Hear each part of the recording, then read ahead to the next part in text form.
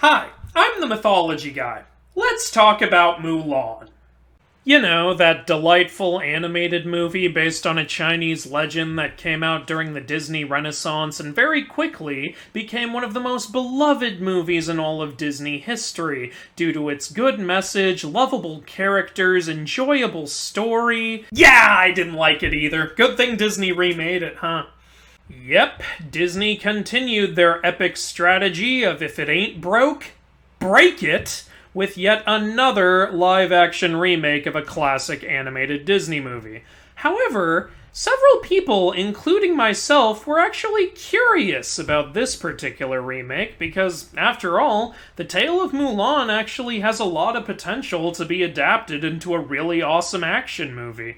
And Disney actually outright said that this movie was not intended to be a straight-up remake of the animated film, but draw more from the original ballad of Mulan, which is kind of interesting. But also weird because the music from the animated movie is playing during the trailer for the remake. You can't have it both ways, Disney. This movie was intended to release in theaters, but due to everything that happened with the virus lately, Disney decided instead to release the film on their streaming service. For $30. On top of the standard $7 a month. Wow, Disney. Wow. Say, how much does a theater ticket cost? Not that much! I've voiced my thoughts on this movie once before. Make a note of this. This ain't on you. This ain't on your cow. But it's only fair that I go through it and tell you why I feel the way I do. And since this version is supposed to be more based on the ballad, I'm going to go ahead and summarize the ballad for everyone before we get started. Mulan is working at her loom when suddenly the Chinese military arrives to enlist men for the current war. They enlist Mulan's father, but he is elderly, and her only brother is a mere child. So Mulan decides to disguise herself as a man and take her father's place in the war, which she does. She spends 10 years fighting with the Chinese military, and when the war is finally over, the Emperor offers her a high-ranking position and several prizes for all the good she's done. But she turns him down and says that all she wants to do is return home. And she does exactly that, escorted by several of her comrades. When she finally gets home, her parents welcome her with open arms, and she finally drops her disguise, much to the shock of her companions, who never realized she was a woman in all the years they spent fighting alongside her. She then closes with a poetic line about how a male rabbit and a female rabbit do have small differences in their appearances, but when they are running alongside each other, you can't really tell which is which. It's a good message about how men and women are clearly different from each other, but none of those differences really matter when they fight alongside each other. Honestly, saying it all really makes me realize that the animated movie wasn't that far off. But let's see how they do it in the remake. Let's get started. So the movie opens up with Mulan as a little girl twirling a bow staff like a pro? Well, the narration explains this to us by telling us that the reason she can do that is because Mulan was born with magical chi in her body, which basically gives her superpowers. And the movie's ruined! Way to go, Disney! We are literally 1 minute in, and you've already botched the entire story! That's gotta be some kind of record! Seriously, why? This wasn't in the ballad! The entire message of the Mulan story is that a girl can accomplish anything a man can do if she works hard enough, but this isn't a regular girl! This is a special chosen one story! This girl has superpowers! How are other girls supposed to relate to this message? How is this empowering? How is this good for anyone? Whatever. So in the next scene, Mulan chases a chicken up onto the rooftops. What, you didn't do that when you were a kid? She manages to get the chicken back safely into the pen, but the new question is, how is she going to get down from there? Well, she falls, which really scares everyone, but she manages to use her special little chi powers to avoid getting hurt in the fall. Much to everyone's dismay? Wait, what? Yeah, screw you for landing safely. This is stupid! This kind of storyline was done much better in the animated Hercules film. In that movie, people were understandably upset with Hercules because he couldn't control his powers and he kept causing mayhem and chaos by accident. In this movie, a girl chased a chicken. Monster! Her father then sits down with her and talks to her about how the phoenix is the sacred symbol of their family. And then he also talks to her about how the phoenix can engulf itself in flames and then be born again. Yeah, about that. The Chinese version of a phoenix is a creature called the Feng Huang. It represents virtue, duty, propriety, credibility, and mercy, among other things. However, while other cultures have phoenixes which are known to engulf themselves in flames and then rebirth themselves, the Feng Huang does not. So, congratulations, movie. You failed Chinese culture. In a movie based on a Chinese legend.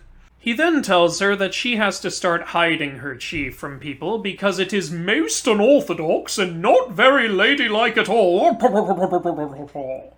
And she agrees to do so. So, cut to years later, and the plot finally shows up. An invading force known as the Rorans has come for China. This is a correction, because in the original, Mulan did fight the Rorans, not the Huns. Though it is a little funny how much Roran sounds like moron. Every time they say the Rorons are attacking, you can't help but think, the morons are attacking. Wait a minute, I'm still watching this movie. I'm the moron! So, it turns out that the morons are being aided by a witch. Huh. That wasn't in the ballad.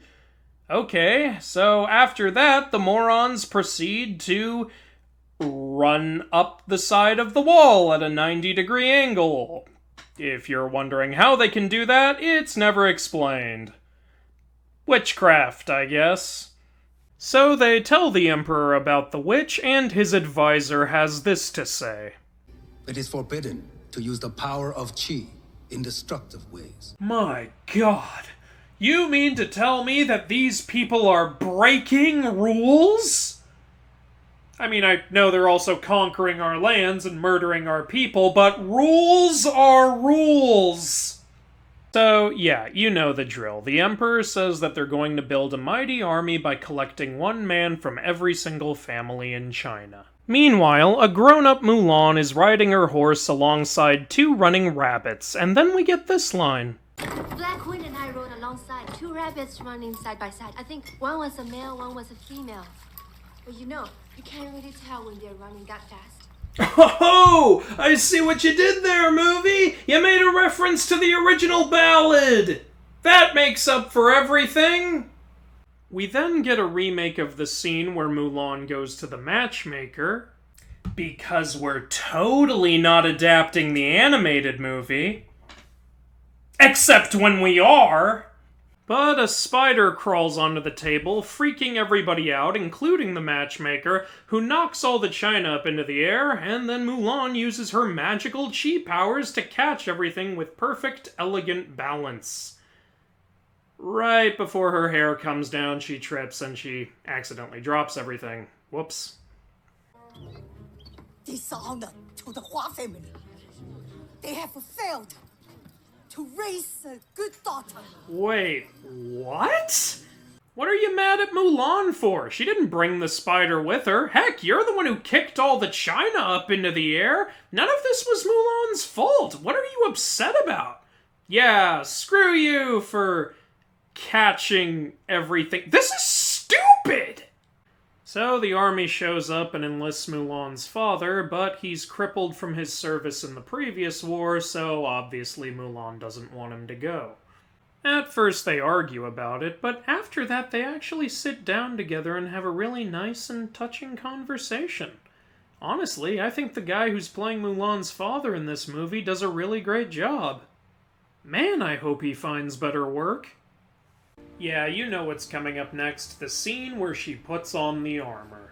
Now, in the animated movie, this scene feels like a big deal. It's a transformation that you get to watch her go through. You see how she changes herself, and it feels so intense, so grand, so epic, and it gets you legitimately hyped about what's going on and what's going to happen next.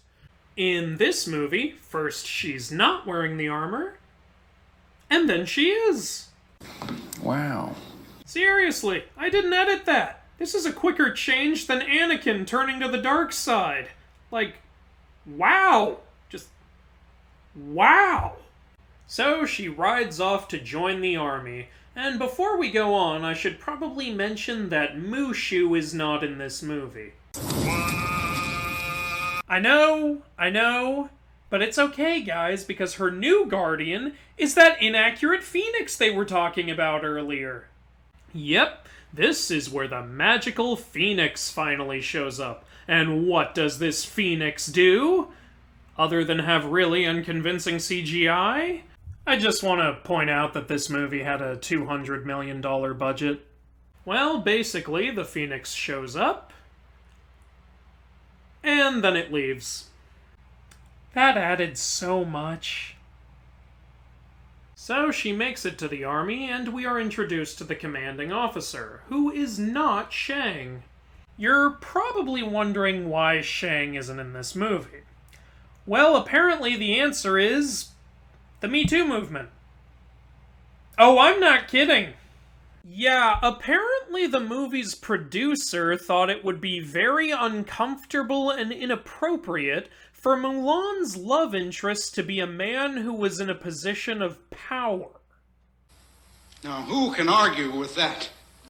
I really don't even know what to say about that logic, so I'm just gonna cut to the next scene where the army is listing all of their rules.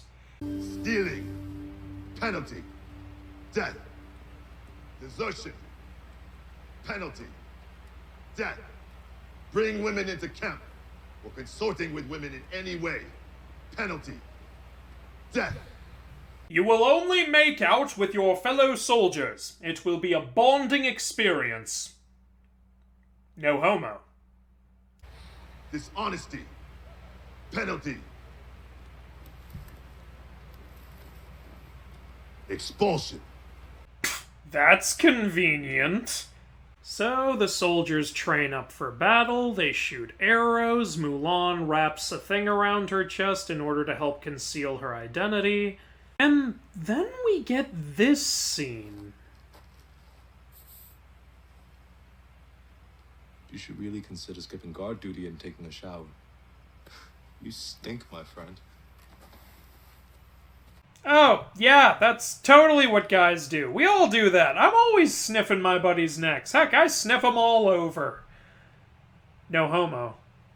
Then, at one point, during a training exercise, Mulan slips up and uses her chi powers. As a result, the commanding officer realizes that she has chi, and he tells her that she should stop holding it back. She takes his advice and uses her chi powers to complete the training and surpass everyone else in the army. Hey, remember the animated movie? Like, remember when Mulan actually started out as the weakest member of the army, and we saw how difficult that was for her, the toll that took on her, and how inferior it made her feel to everyone around her, all the way up to the point where her captain actually told her that she should just give up and go home because she wasn't cut out for this life, but she refused to take that as an answer because she wanted to prove, not just to the people around her, but also to herself, that she could do this. She did have what it takes to do this. And then, eventually, through her own hard work, her own determination, her own sheer force of will, and her clever thinking, she actually was able to overcome all those obstacles and become stronger and more skilled. Heck, one of the greatest warriors in the entire army, and she earned the respect of all her fellow soldiers by doing so, and she managed to prove that no matter what gender you are, it doesn't define what you can and can't accomplish. Well, this masterpiece replaces all of that with Hey Mulan, you know those superpowers you seem to have for no reason? Yeah? Maybe you should use those. Oh, okay. Development! So, with the training finished, we finally get to the part of the movie where they battle with the morons. During the battle, Mulan goes after the leader, but instead she finds herself face to face with the witch. The witch somehow knows that Mulan is a woman, and tells her that lying about who she is poisons her chi and makes her weaker. She then strikes Mulan with a shuriken to the chest. But it turns out that the wrapping she was using to conceal her identity stopped the shuriken from killing her. So, doesn't that mean lying about who she was technically saved her life? I'm getting some mixed signals here. So, Mulan embraces who she is and removes all of her armor and undoes her hair tie. Not really sure why she did all that. I think armor and a hair tie would still be useful in a battle. Oh, and by the way, the song Reflection is playing during all of this because we're totally not remaking the animated movie. The witch then transforms into a murder of crows, and the morons start firing trebuchets. Mulan goes behind enemy lines and starts shooting at all of the morons. So, the morons fire back, nowhere near where she was, hit the snowy mountain, and cause an avalanche. Which wipes out all of their men. Why did they do that? So the battle is won, but now everyone knows that Mulan is a woman. Commander, what is the punishment assigned to this imposter? Expulsion. I would rather be executed. Alright, if you say so. Sir, since she was technically a woman the whole time, didn't every single one of us technically break the rule about not engaging with women in any way? Oh, doggone it, now we all have to be executed! So Mulan is kicked out of the army, and she cries. But then the witch shows up and tells Mulan that she too was once an innocent girl with chi powers, and we're not so different, you and I. The witch tries to get Mulan to join her side, and then she, rather stupidly, tells her the morons plan to take the Imperial City. But Mulan refuses her offer and rides off to tell the army about the morons' plan. She tells them the plan, which the commander doesn't believe right away, but her comrades stand up for her and say that they trust her, so the commander decides to change his mind. Hua Mulan, your actions have brought disgrace and dishonor to this regiment, to this kingdom, and to your own family. Your loyalty and bravery are without question. You will lead us as we ride to the Imperial City. Okay, I can buy that you're letting her back into the army, but having her lead it? I think we skipped some levels. The moron leader challenges the Emperor to a duel outside the palace, and like an idiot, the Emperor agrees. Yeah, I'm sure this isn't some kind of trap. Surprise, surprise, it was a trap, and then the Emperor does this. How the heck is he doing that? Does he have chi powers? It's never been established that he does. Disney, would you be good enough to explain all this? I never explain anything. Of course. So the Emperor gets captured, and Mulan heads into the Imperial Palace, where she finds the witch in the Emperor's place. The witch is shocked and confused that they took Mulan back and even let her lead the army. It causes her to kind of rethink her worldview. Mulan goes after the Emperor, so the moron leader shoots at her, and then the witch sacrifices herself to save Mulan. Was that really necessary? I mean, you have a bunch of magical powers. We've seen you turn into a whole flock of crows. I think there were a million ways around this. Ugh, whatever, the movie's almost over. So Mulan finally gets to the moron leader and has her big epic final showdown with him. But then her sword gets knocked out of her hand, and it falls down into a pit of lava. Oops. But she still doesn't give up, so then the Phoenix shows up and we get this shot. Wow, I care so much. They then continue their fight on a large rotating wooden beam. Okay, that's a kinda creative idea for a fight scene. Mulan manages to get his sword away from him, then she cuts the rope and effectively wins, sending him falling down to his doom. But it turns out he's still alive, so he fires an arrow, but the Emperor catches it.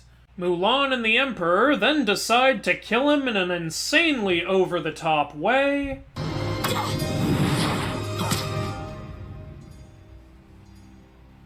And the war is officially won.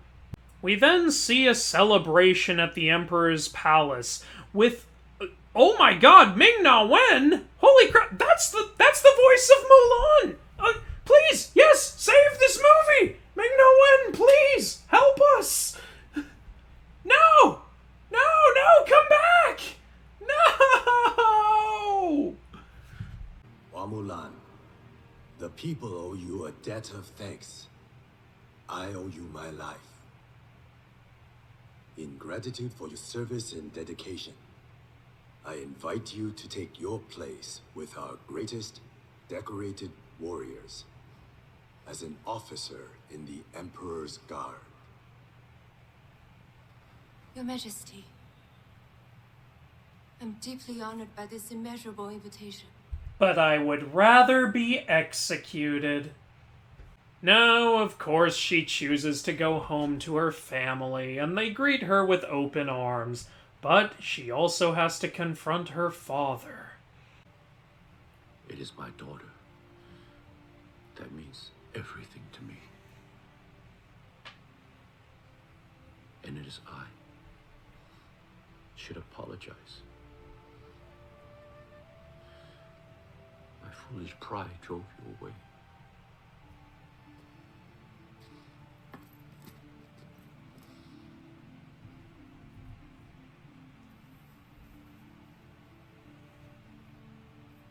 One warrior knows another.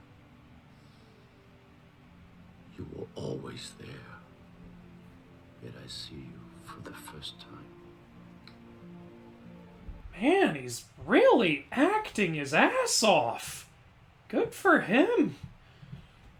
And after that scene, the military shows up, gives Mulan a new sword for her family, and they ask her once again to join their ranks. And then the movie ends. So, that's Disney's live-action remake of Mulan. I'm not sure who this movie is for. I mean, I can't say it's for fans of the animated version because it's inferior in every single way, much like all the other Disney remakes. I can't say it's for people who wanted an adaptation of the ballad because with all the magical elements, this movie actually strays further from the ballad than the animated version did. I can't say it's for people who wanted something new because there's a ton of retreading of the previous version. If it was made for China, then that certainly didn't work. So I guess it's for the Me Too movement.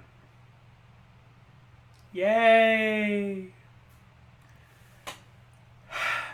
The most positive thing I can say about this movie is that the set designs and costumes look really good. It really does look like China. But it's not going to save this movie. The original, well, the animated version, is a classic. It's fantastic, and I love watching it. I want to watch it right now after watching this, and I've seen that movie like 100 times, and I think I'll see it 100 more. This movie, I've seen it twice, and I don't ever want to watch it again.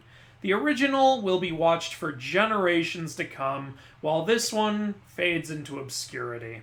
And it's sad, because the Mulan story honestly could benefit from a more action-packed version. Hopefully someday we'll get something like that. But until then, I guess that's all this movie has to offer. Oh, and also the neck sniffer guy was basically her love interest, but that story was so uninteresting, pointless, and didn't go anywhere that I didn't bother to talk about it. So that's what I think of Mulan 2020. I hope you guys enjoyed this review. This is the first review I've ever actually made, and the reason I made it is because I wanted to give you guys a new type of content as a sort of thank you, since my YouTube channel is now at 1,000 subscribers, and my TikTok page is at 100,000 subscribers. So I thought you guys deserved something like this. It took a lot of time and effort, but hopefully you'll enjoy it. But hey, if you don't enjoy it, you can let me know that too, because I want to hear what you guys think.